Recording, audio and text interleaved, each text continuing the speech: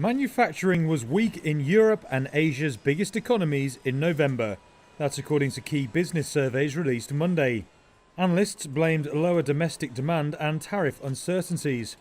The closely watched Purchasing Managers' Index, or PMI, showed manufacturing activity contracted in the Eurozone, China and Japan last month.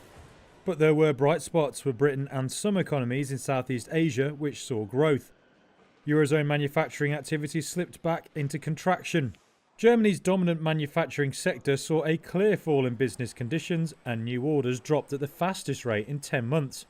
Meanwhile, French manufacturing contracted further in November as a drop in production and slower demand for goods hit the sector. While Britain had its first rise in activity since September last year.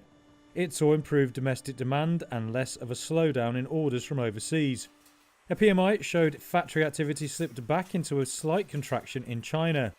The number was released a day after Beijing's official measure showed activity falling for the 8th consecutive month. Asia's other manufacturing powerhouses also struggled with sluggish demand in November. Progress in US trade negotiations didn't lead to a significant recovery in orders for the region. Japan's PMI showed new orders continued to decline, stretching the downturn to 2.5 years, while South Korea's factory activity also contracted for a second month in November.